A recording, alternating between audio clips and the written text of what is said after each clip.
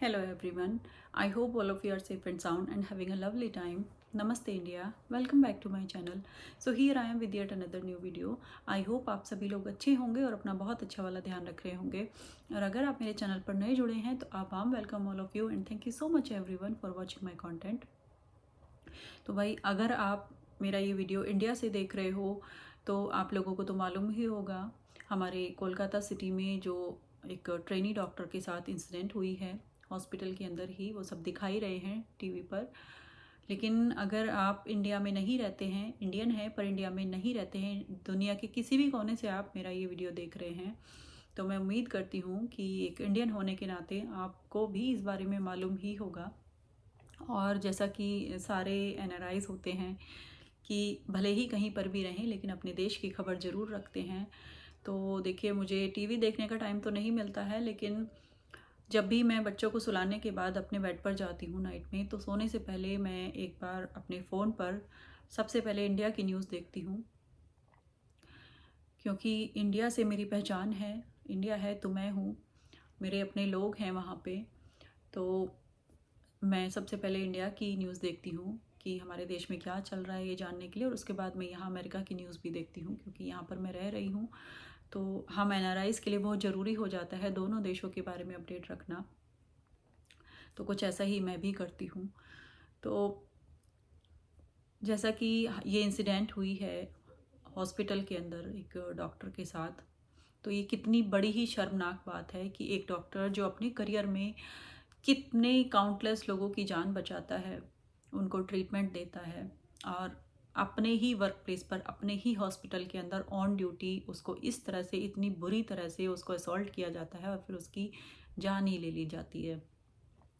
तो आज 21st century में जब दुनिया इतनी आगे निकल गई है और हमारा देश भी बहुत तरक्की कर रहा है, इतनी सारी चीज़ें हो रही हैं, गवर्नमेंट भी अपनी तरफ से बहुत सारी चीज़ें कर रही है, बेटी बचाओ बेटी पढ़ाओ की बातें हम कर रहे हैं, और लड़कियों को हम स्कूल कॉलेज ऑफिसेज में और हर जगह हम भेज रहे हैं, बहुत सारी अपॉर्चुनिटीज़ दे रहे हैं, लेकिन उसके बाद भी लड़कियों की सेफ्टी को लेकर एक बहुत बड़ा क्वेश्चन मार्क जो हमेशा से रहा है वो आज भी बना हुआ है।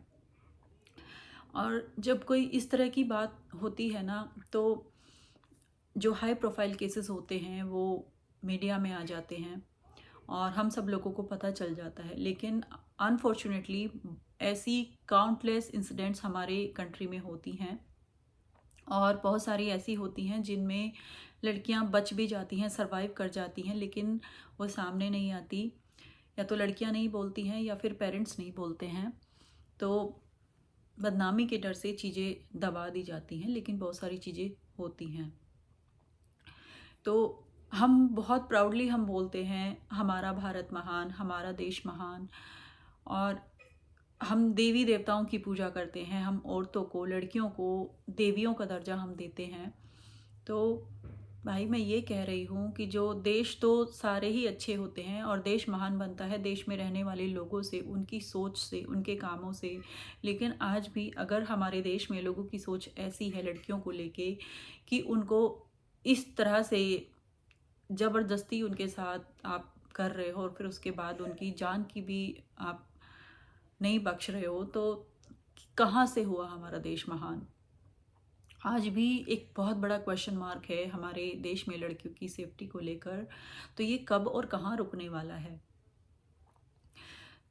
अगर इस तरह की कोई चीज़ होती है ना, जैसे 2012 में एक निर्भया केस हुआ था दिल्ली में, उस टाइम पे मैं इंडिया में ही रहती थी, मेरी शादी के पहले की बात है ये। तो मैं दिल्ली में ही रहती थी और दिल्ली में ही वो केस हुआ था, तो बहुत हाईलाइट हुआ था, और वो इससे भी ज़्यादा भयंकर, बहुत डरावना था वो सच में।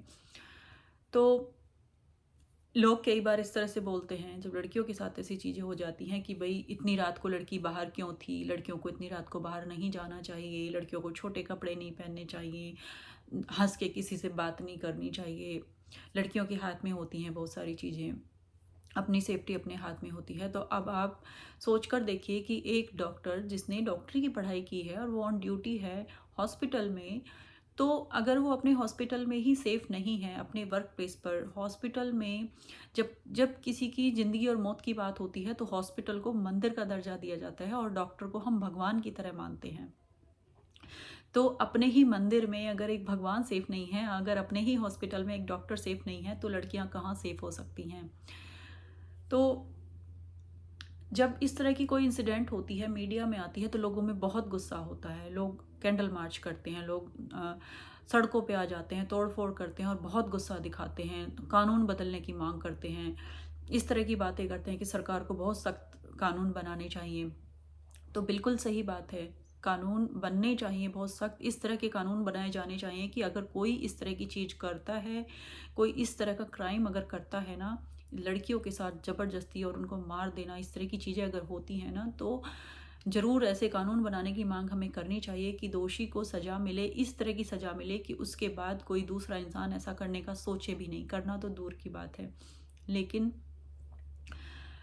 ये ठीक बात है कि हमें अपनी आवाज़ उठानी चाहिए। लेकिन एज अ सोसाइटी हमें क्या करना चाहिए? सिर्फ कैंडल जला देना, सिर्फ सड़कों पे उतर आना, गुस्सा करना थोड़े टाइम के लिए और उसके बाद नॉर्मल हो जाना, बस एज अ सोसाइटी हमारी यही जिम्मेदारी है क्या? मुझे पर्सनली ऐसा लगता है कि एज अ सोसाइटी, देखिए, हम पूरी दुनिया पर कंट्रोल नहीं कर सकते, लोग क्या सोच रहे हैं और किस तरह से क्या चीज़ें कर रहे हैं, हम उसको कंट्रोल नहीं कर सकते। लेकिन वो कहते हैं ना, चैरिटी बिगिंस फ्रॉम होम। तो हमें हमें अपने घर से शुरुआत करनी चाहिए।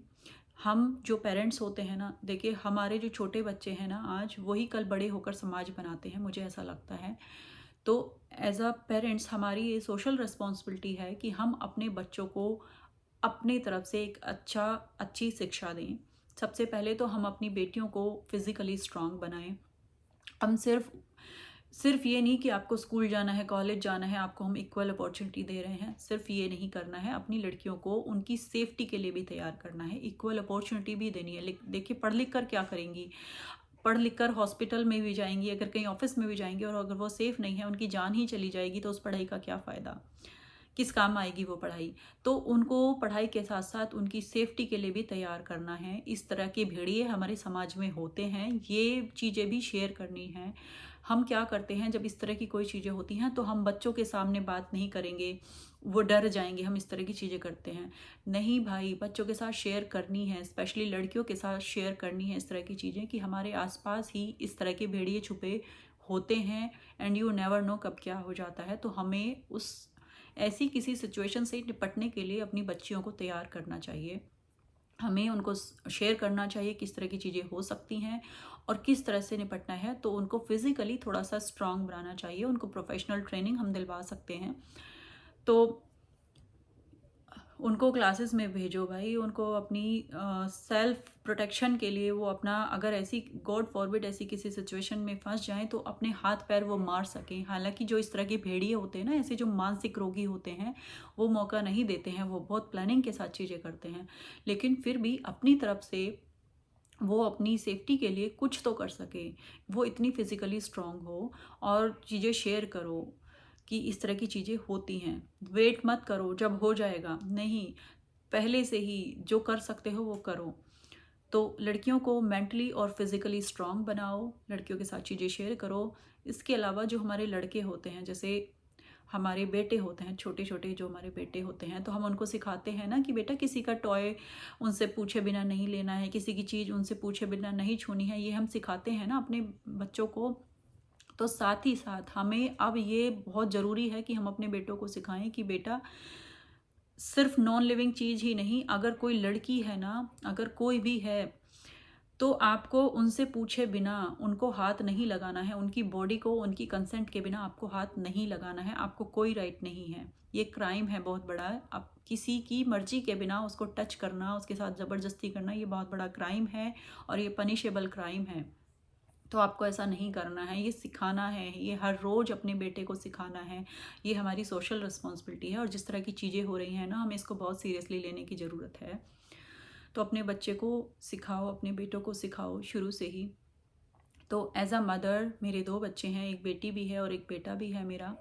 तो ये जब निर्भया वाला सीन हुआ था ना, जो निर्भया वाला केस जब हुआ था, तो मैं बहुत डर गई थी, बहुत मैं एंजाइटी मुझे हो गई थी। और 2013 में मेरी शादी हुई थी और 2014 में फिर मेरी बेटी का बर्थ हुआ था।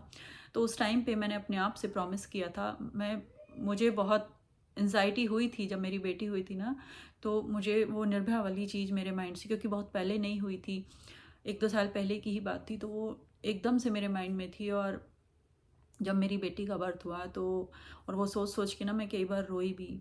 विद इन अ वीक, मेरी बेटी के बर्थ के 1 हफ्ते तक मैं कई बार रोई भी उस चीज़ को सोच सोच के कि गॉड फॉरबिड अगर मेरी बच्ची के साथ ऐसा कुछ हो जाए कभी। पर फिर मैंने अपने आप को प्रॉमिस किया था कि मैं अपनी बच्ची को मेंटली और फिज़िकली स्ट्रांग बनाऊंगी, और मैं अपनी पूरी कोशिश करूंगी उसको, कि अगर इस तरह की कोई सिचुएशन हो कि तो किस तरह से निपटना है। तो वो मैं आज भी, मैं मुझे अपना प्रॉमिस याद है। और मैं मेरे 2 बच्चे हैं, दोनों ही बच्चे मेरे स्पोर्ट्स में हैं, सॉकर भी खेलते हैं, प्लस मैं उनको ताइक्वांडो सिखवाती हूँ ताकि वो फिज़िकली स्ट्रांग रहें। और अपने बेटे को, मेरा छोटा बेटा है, अभी 7 इयर्स का होने वाला है, इतना बड़ा नहीं है, लेकिन मैं फिर भी उसको सिखाती हूँ कि किसी की चीज़ को बिना उसकी परमिशन के बिना नहीं लेना है। और इनफैक्ट किसी लड़की को भी उसकी परमिशन के बिना, आपको, आपकी सिस्टर को भी आपको नहीं टच करना है बिना बिना उसकी मर्जी के। और आप, जैसे होता है ना छोटे बच्चे कि भाई लड़ाई हो गई एक टॉय के ऊपर और इस तरह से, तो नहीं, आपको उसको मारना नहीं है, कुछ नहीं करना है। और इस तरह की हमें अपने घर से ही हम सिखा सकते हैं हमारे बच्चों को कि भाई किसी की बेटी को हमें इस तरह से नहीं करना है, टच नहीं, उसको गंदी नज़र से नहीं देखना है, उसको उसकी परमिशन के, उसकी कंसेंट के बिना टच नहीं करना है। इनफैक्ट कल को आपकी शादी होगी तो आपकी जो लीगली वेडेड वाइफ होगी ना, जिस पर आपका हक होगा, अगर उसकी कंसेंट नहीं है तो उसकी कंसेंट के बिना आपको उसको भी टच नहीं करना है। वो जो ज़बरदस्ती होती है ना, उसका नाम ही रेप होता है, ठीक है। बहुत हमारी कंट्री में बहुत सारे मैरिटल रेप्स भी होते हैं। आपको हैरानी होगी ये सुनकर, अगर आपकी वाइफ है और आप उसकी कंसेंट के बिना उसके साथ ज़बरदस्ती करते हो ना, तो वो भी सेम कैटेगरी में ही आता है। तो ये सारी चीज़ें हमें छोटे से ही अपने बच्चों को समझानी है, अपने बेटों को सिखानी है, क्योंकि ये छोटे बच्चे ही कल बड़े होकर समाज बनाते हैं। तो अगर कंसेंट नहीं है लड़की की तो आपको टच नहीं करना है और उसको गंदी नज़र से नहीं देखना है आपको। तो ये सारी चीज़ें एज अ पेरेंट्स हमें अपने बच्चों को सिखानी है। हम पूरी दुनिया के ठेकेदार नहीं बन सकते, हम पूरी दुनिया की मानसिकता नहीं बदल सकते, लेकिन अपनी बच्चों की मानसिकता बदलने के लिए हम ज़रूर काम कर सकते हैं। क्योंकि जो छोटे बच्चे होते हैं ना, वो कोरे कागज़ की तरह होते हैं, और आप जिस तरह से उनको सिखाओगे ना, तो फेयर चांसेस होते हैं कि वो सीख जाएं, वो आपकी बात उनकी समझ में आ जाए। तो चलिए, आज के वीडियो में मैं बस यही शेयर करना चाह रही थी, बस अपनी कुछ इमोशंस और अपना जो भी मैं मैसेज कन्वे करना चाह रही थी इस वीडियो के थ्रू। तो चलिए, मैं मिलती हूँ एक और अच्छी सी इंटरेस्टिंग वीडियो के साथ। तब तक आप अपना बहुत अच्छा वाला ध्यान रखिए, सेफ रहिए, खुश रहिए और पॉजिटिविटी स्प्रेड करते रहिए। अगर मेरा ये आज का वीडियो आपको अच्छा लगे तो हो सके तो इस वीडियो को शेयर करना। अब के पहले मैंने इतना सीरियसली कभी नहीं बोला है, लेकिन आज का जो मेरा ये वीडियो है, मैं चाहती हूँ कि हमारी सोसाइटी में सर्कुलेट हो। तो अगर हो सके, आपको अच्छा लगे, तो ये मेरा आज का वीडियो ज़रूर शेयर करना, ताकि दूसरे लोगों को भी थोड़ा सा आइडिया लगे कि क्या करना चाहिए और हम क्या कर सकते हैं एज अ सोसाइटी, हम क्या कर सकते हैं ऐसी घटनाओं को रोकने के लिए। तो चलिए, मैं मिलती हूँ बहुत जल्दी एक और अच्छे से वीडियो के साथ। तब तक आप अपना बहुत अच्छा वाला ध्यान रखिए। Thank you so much for watching. नमस्ते इंडिया, स्टे ट्यून्ड।